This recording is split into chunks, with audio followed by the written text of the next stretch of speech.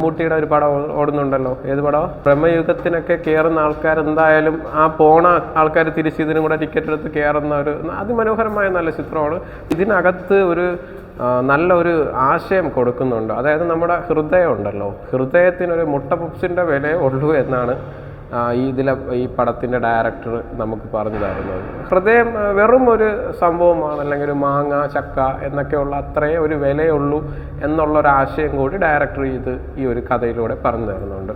അല്ല, അത് ഡയറക്ടറിൻ്റെ ഏതോ ബന്ധുവായിട്ടെന്തോ വരും എന്നാണ് എനിക്ക് തോന്നുന്നത്. ഈ അന്ധകാരത്തിൻ്റെ അർത്ഥം എനിക്ക് ഇനി വീട്ടിൽ പോയിട്ട് രാമായണത്തിൽ എന്തെങ്കിലും നോക്കേണ്ടതായിട്ടുണ്ട്. എനിക്ക് കറക്റ്റ് അർത്ഥം എന്താണെന്ന് അറിയത്തില്ല. എന്തായാലും നല്ലൊരു ചിത്രമാണ്. 2024 കാണാൻ പറ്റുന്ന ഒരു ബെസ്റ്റ് മൂവിയാണ്. എല്ലാവരും ഈ ചിത്രം പോയി കണ്ട് വിജയിപ്പിക്കണം എന്നാണ് പറയുന്നത്. വേറെ 150 രൂപ കൊടുത്ത് പ്രേക്ഷകർ എന്ന നിലയ്ക്ക് എനിക്ക് നല്ല സന്തോഷമുണ്ട്. കാര്യം ആ പൈസ എങ്ങനെയോ പോവേണ്ട പൈസ ഈ രീതിക്ക് പോയി എന്നുള്ളൊരു ഇതാണ് ഞാനിപ്പോൾ വിശ്വസിക്കുന്നത്. എന്താ ആരെയും കുറ്റപ്പെടുത്തുന്നില്ല, നല്ലൊരു മൂവിയാണ്. ചന്തുനാഥിൻ്റെ വൻ ഒരു തിരിച്ചുവരവ്. ഫീനിക്സിന് ശേഷം പുള്ളിക്ക് ഇനി നമ്മുടെ മലയാളം ഇൻഡസ്ട്രി പിടിച്ചടക്കാൻ പറ്റുന്ന രീതിക്കുള്ള ആക്ടിംഗ് ആണ് പുള്ളിക്ക് ഈ കാഴ്ചവെച്ചിരിക്കുന്നത്. അതേപോലെ തന്നെ ദിവ്യ പിള്ളയും എനിക്ക് തോന്നുന്നു കള സിനിമ കണ്ടതിന് ശേഷമാണ് ഞാൻ ഈ ഒരു പടത്തിൽ പുള്ളിക്കാരി കാണുന്നത്. എന്തായാലും പുള്ളിക്കാരി ബെറ്ററായി ചെയ്തിട്ടുണ്ട്.